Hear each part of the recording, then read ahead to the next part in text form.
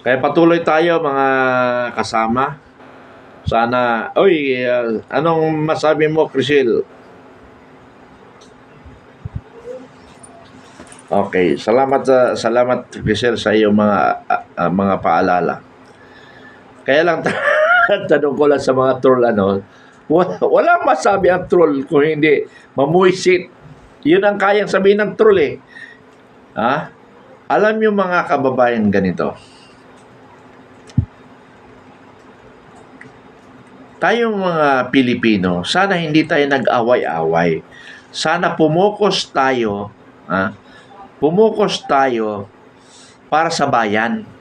Hindi pag-away-awayin tayong Pilipino sa Pilipino na wala namang pupuntahan.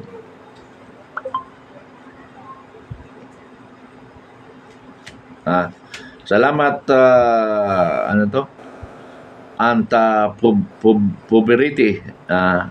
Poverty. Salamat sa iyong advice.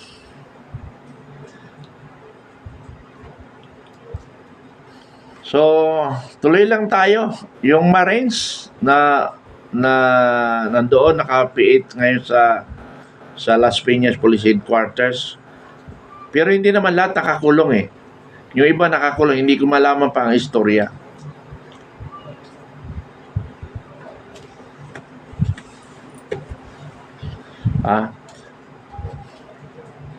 Sana yung mga malapit sa Las Piñas, bigyan nyo ng moral support ang ating kasama dyan sa Las Piñas Police Headquarters.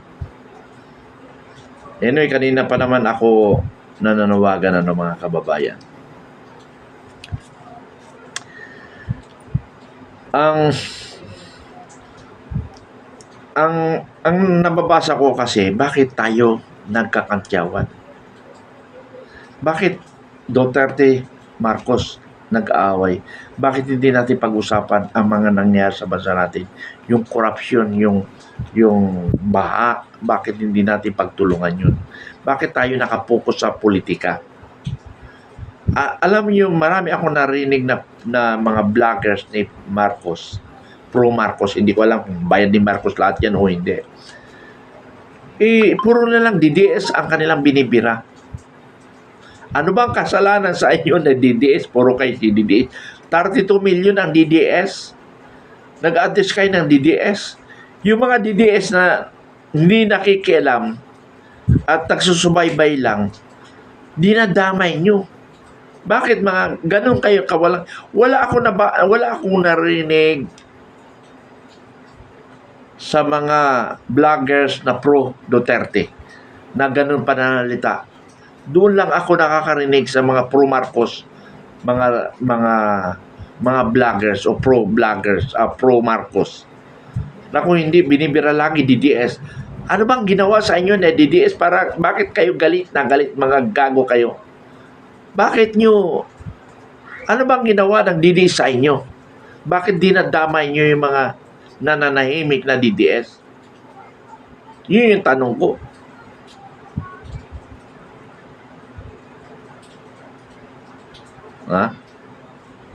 Bakit nyo pinag-aaway? Mga personal, mga below the belt ang banat nyo. Mga tarantado rin kayo, no? Mga personal yung banat nyo. Dapat nang gawin natin pagkasunduin ang Pilipino at labanan ng korupsyon. Bakit hindi tayo mag-focus doon sa mga nangyari sa ating bansa na walang magandang nangyari sa ating bansa? Puro kayo personal.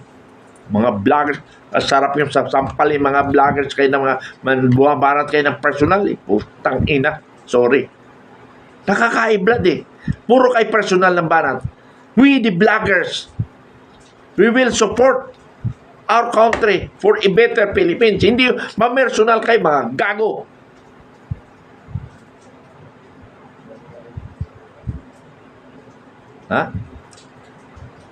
Kailangan pa ba ng resibo sa ginawa ni Marcos? Mga tarantado kayo. Kaliwanag ko, yung 555 billion flood control. Kailangan pa ba resibo? Ang dami na nakakulong eh. Ngayon, ang mastermind na wala pa. Ungas. Resibo ka ng resibo. Isampal ko sa inyong mga resibo eh. Hindi ba kayo naniniwala na maraming nawala sa kaban ng bayan? Yun na lang, yung trillion na yung flood control, bakit hindi niya ituloy ang investigation? Tanungin ko kayo, sagutin nyo. Kayo mga troll, kayo mga walang niya, mga vloggers na pro Marcos. This is not a below the belt attack. This is for the good of the country. Okay. Bakit ayaw ni Pangulong Marcos ituloy ang investigation sa flood control project? Bakit ayaw niya? Siya pa nagyabang na we to conduct investigation the flood control. Nung lumalabas ang pangalan niya, pinahinto niya. Anong kawalang niya yun?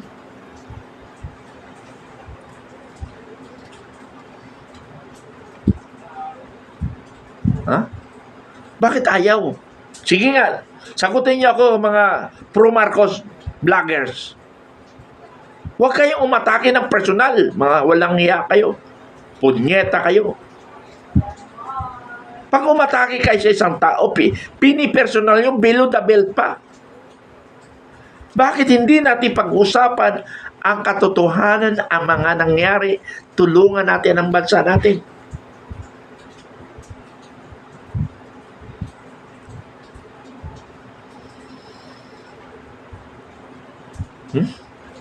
Bakit ayaw ni Marcos ituloy?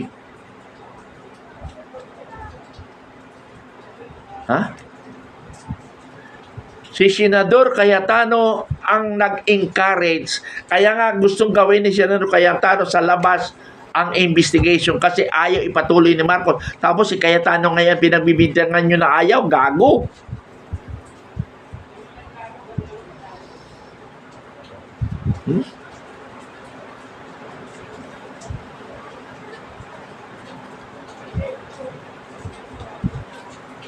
Ang minority ang gumagawa ng investigation, hinaharang. Inintindihan nyo ba? Nung magkagulo sa Senado, ayaw ng Malacanang matuloy ang investigation. Kaya by all means, lahat ginawa nila na hindi matuloy ang investigation.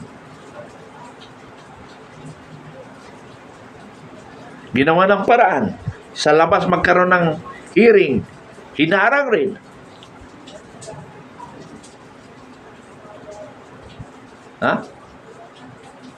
Mga bugok kayo. Anong magagawa ni Cayetano harangin ang flood control? Gago. May utak ka ba? Walang kakayahan si Cayetano para harangin niya. Ulul.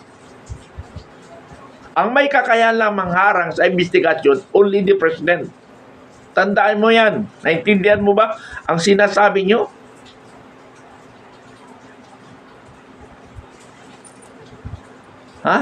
May kakayahan ba si Cayetano hindi tuloy ang investigation?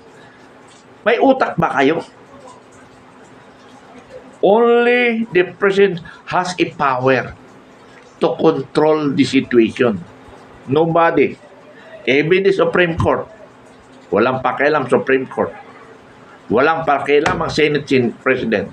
Walang pakialam ang Speaker of the House. Only the President. Naintindihan nyo yun? Tapos isisihin nyo Cayetano, hindi na. Si Cayetano ang gumagawa. Ngayon, gusto nila patahimikin na naman si Cayetano para daw ilabas ang baho. Lahat naman sila mabaho eh. Sino bang hindi mabaho? Tanungin ko kayo. Mayroon ba politician na hindi mabaho? Kung pagpipiliin ako, doon na lang sa least able. Kasi the most able is Marcos. Lahat naman sila magnanakaw eh. Sino bang hindi magnanakaw na politician? Tingnan mo ito. Ito sa sagot ni Ginebe. Iyak na lang, lulumitran. Si Raulo. Tingnan mo, ang utak nito. Pang-insulto na lang ang alam nila eh. Tinatanong ko sila, ano bang nagawa ni Marcos para ipagtanggol natin? Pagtulungan natin ipagtanggol si Pangulong Marcos. Bigyan niya ako ng pruheba na ipagtanggol ko siya.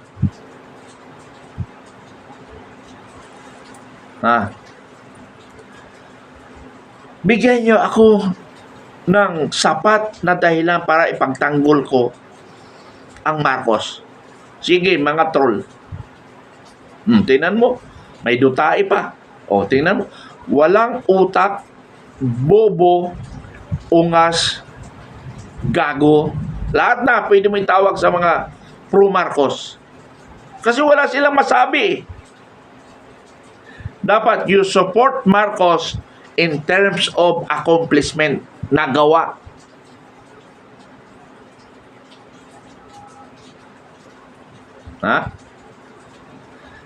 Sabi ko nga sa inyo, lahat sila may insertion. Lahat sila magnanakaw. Walang senador, walang congress na hindi magnanakaw. Ang advantage lang kung ang nasa administrasyon ka, hindi ka magnanakaw dahil walang magre-report sa iyo.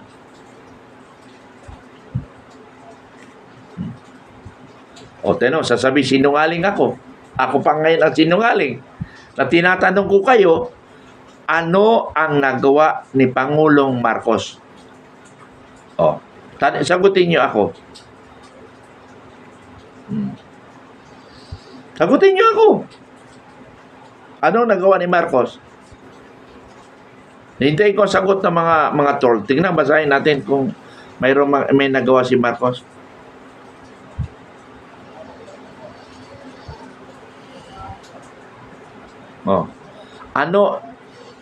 Ako ang nagtatanong na ano nagawa ni Marcos? Fake news pa rin.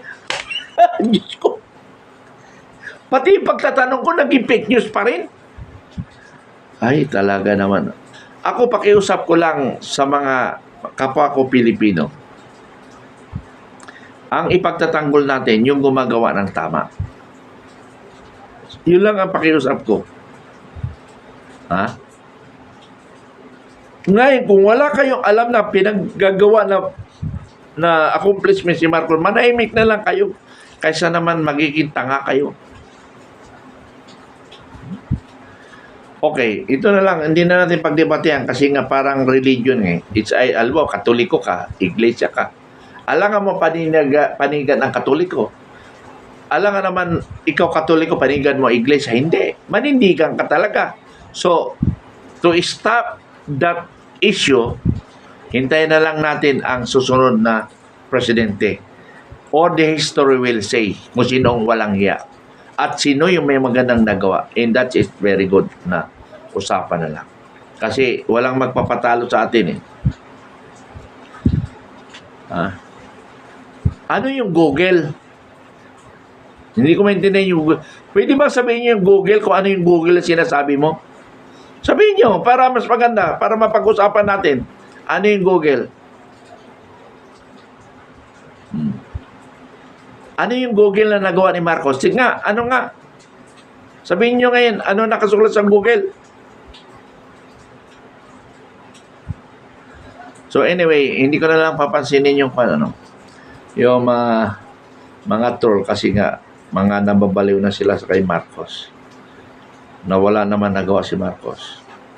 So patuloy lang tayo mga kaibigan sa mga naniniwala sa katotohanan. Tuloy lang tayo kasi ang mga Marcos na mga supporter, mga kasama rin to sa bangag. Dahil wala silang masabi na maganda. Hiningan ko sila ng magandang na accomplishment. Ako pa pinag-research nila. Bakit mo ako pag-research? Kasi wala nga ako ma-research Kaya kayo nga ang mag-research, ibigay nyo dito, ilatag nyo. Ilatag nyo. Ano yun? Mga Google na yan.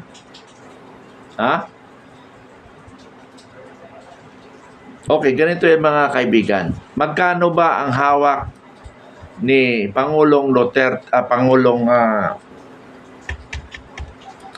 Pangulong Marcos sa loob ng ito Google sa Google ito na research ko sa Google.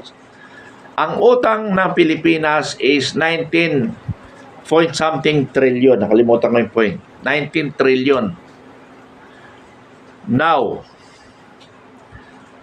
ang iniwan ni Pangulong Duterte na utang ng Pilipinas kasama na ibang presidente, it's only 7 trillion.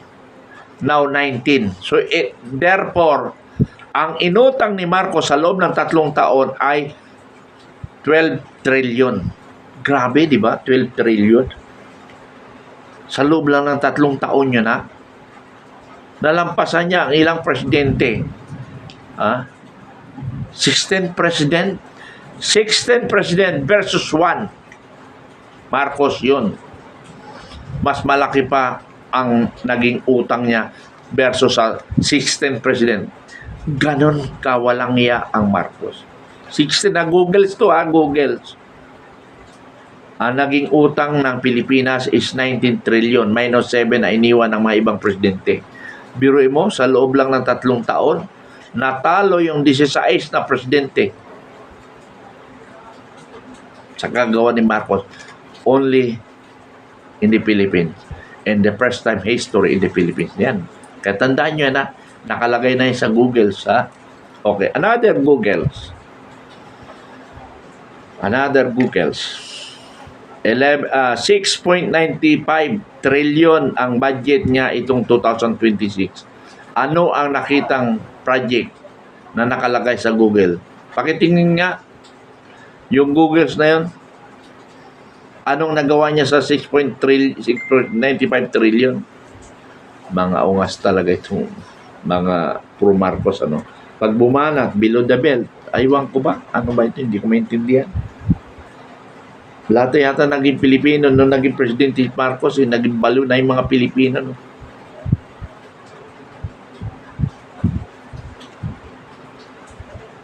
Ha? Ewan ko ba? Hindi ko maintindihan itong Pilipino. Mula nung naupo si Marcos, puro mga granat yung Pilipino, ha? Almost. Hindi naman almost kasi marami pala kasi yung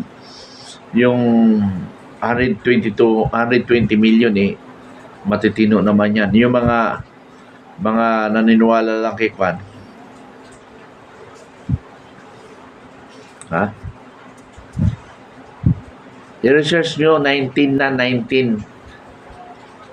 point something trillion ang utang ng Pilipinas. Ungas kayo. Okay, maraming salamat. Ang daming mga Kwan, mga makamarcos na mga bangag, mga personal attack, wala silang magandang masabi. Wala naman nagawa si Marcos. Nang titingin ako dito, wala namang gumagawa sa Kwan. Wala nang masabi na project ni Marcos. Sasabihin lang si Duterte, maraming pinatay. Kulang pa yung pinatay niya. Ako nga, dapat inubos lahat yan, papatay na yung mga demonyo sa kalibutan Dapat pinatay niya na lahat.